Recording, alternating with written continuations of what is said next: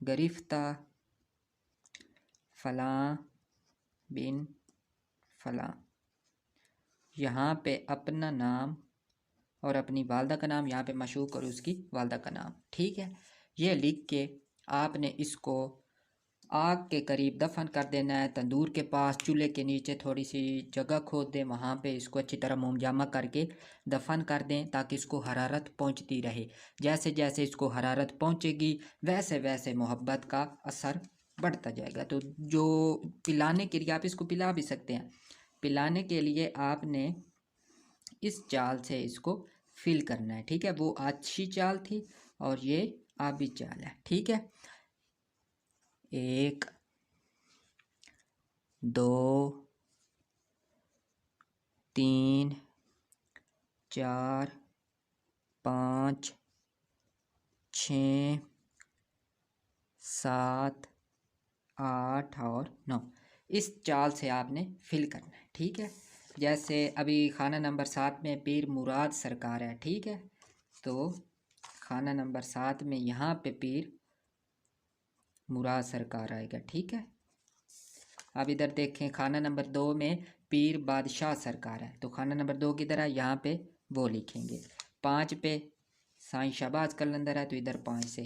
1 پہ ہمارے پاس کیا ہے، پیر حقدار پیر صابر سرکار، ٹھیک ہے، تو 1 پیر صابر سرکار، اس طرح کر کے آپ نے فل کرنا ہے اور اینڈ پہ آپ کا مقصد ہوگا اسی طرح۔ اب میں آپ کو اس کا طریقہ کار سمجھاتا ہوں کہ کیسے اس کو لکھنا ہے۔ ویسے تو اگر آپ نے پلانا ہے جانوروں وغیرہ کو تو اس کے نیچے مقصد لکھنے کی ضرورت نہیں ہے، ویسے ہی نقش لکھ کے، اور اگر کسی لڑکے کو پلانا ہے، کسی کے دل میں محبت پیدا کرنی ہے، گھر والوں کے دل میں محبت پیدا کرنی ہے، تو نیچے اگر گھر والا مکمل ہوگا تو آپ نے نیچے صرف کچھ بھی نہیں لکھنا ہے، ٹھیک ہے، صرف آپ نے لکھنا ہے محبت گرفتہ، لکھنے کے بعد آپ نے تمام نام لکھ دینے ہیں، ٹھیک ہے۔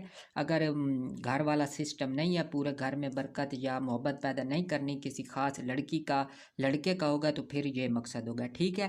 فلاں بن فلاں در حاضر، یہ حاضری کا بھی صیغہ ہے اس میں میرے بھائیوں، وہ آپ کے در پہ حاضر ہوگا محبت میں گرفتار ہو کے، ٹھیک ہے۔ تو یہ اس طرح لکھنا ہے۔ اگر جانوروں کو یا کسی کو بھی پلانا ہو تو اس چال سے فل کریں گے، اور جو ہم دفن کریں گے آگ کے نیچے یا تندور کے پاس یا کسی بھی جگہ پہ جہاں پہ زیادہ دیر آگ جلتی رہنی ہو، وہاں پہ آپ اس کو دفن کریں گے تو وہ اس چال سے ہوگا، یہ آتشی چال ہے، ٹھیک ہے میرے بھائیوں۔ تو اب میں اس کا طریقہ کار بتاتا ہوں۔ کسی بھی دن چاند کی 1 سے 14 تاریخوں کے درمیان آپ اس کو لکھ سکتے ہیں، ٹھیک ہے۔ فجر کی نماز ادا کریں، پہلے آپ نے تمام بزرگوں کا جن کا نام لکھے ہوئے ہیں ان کی کسی بھی میٹھی چیز پہ آپ نے نیاز دلانی ہے، نیاز دلانے کے بعد فاتحہ وغیرہ پڑھ کے ان کی ارواح کو بخشنی ہے۔ اس کے بعد آپ نے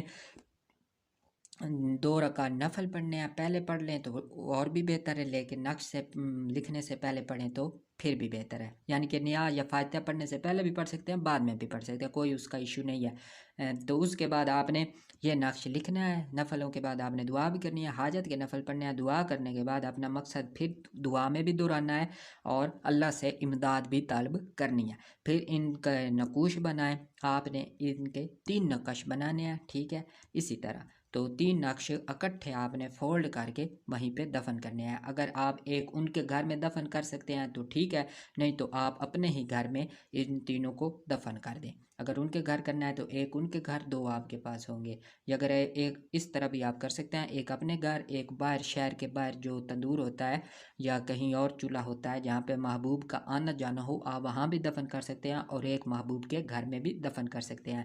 جانوروں کے میں یعنی کہ اگر آپ چاہتے ہیں کہ کوئی پرندہ ہے، پرندے کبوتر وغیرہ آپ سے محبت کریں، آپ سے لپٹ جائیں، آ کے آپ کے اوپر بیٹھیں اور آپ سے محبت کا اظہار کریں، تو ان کو یہ اس چال سے لکھ کے پانی میں بھگو دیں اور وہ پانی ان کو پلایا کریں۔